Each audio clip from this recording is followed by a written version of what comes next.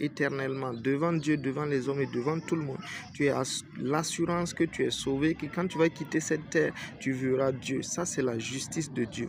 C'est la capacité d'être sans défaut, sans tâche devant Dieu, permanemment sur la terre à chaque jour de ta vie, peu importe ce que tu feras. Ça n'a pas d'influence sur ta justice que Christ t'a donnée.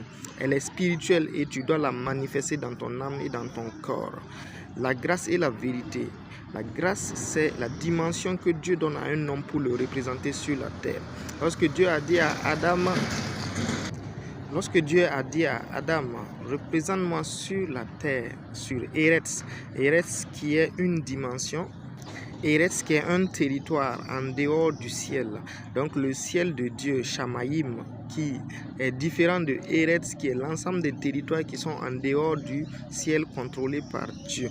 Et c'est dans ce territoire-là que Adam avait reçu autorité. Donc il avait reçu une grâce, une représentation, une manifestation de la nature divine, une manifestation de la dimension divine pour le représenter. De même, quand Jésus est venu, il nous a introduit dans une grâce particulière de Dieu. Et cette grâce particulière de Dieu se manifeste en dehors même de Eretz jusqu'au ciel. Alléluia. Ça, c'est la grâce de Dieu. C'est la dimension de Dieu dans un homme. La vérité est la réalité de Dieu. La réalité selon Dieu. La perspective divine des choses. C'est ça la vérité. Ça veut dire que quand Jésus a dit « J'ai porté tes maladies, j'ai porté tes péchés sur la croix », par Jésus, tu as le pardon de tes péchés. Ça, c'est la réalité selon Dieu. C'est la vérité parce que c'est la perspective divine pour toi et pour moi. Mais tu peux voir que même malgré le fait que Christ a porté tes maladies, il a porté tes péchés, tu peux dire que je suis pécheur parce que je suis un homme. Là, tu es dans la réalité.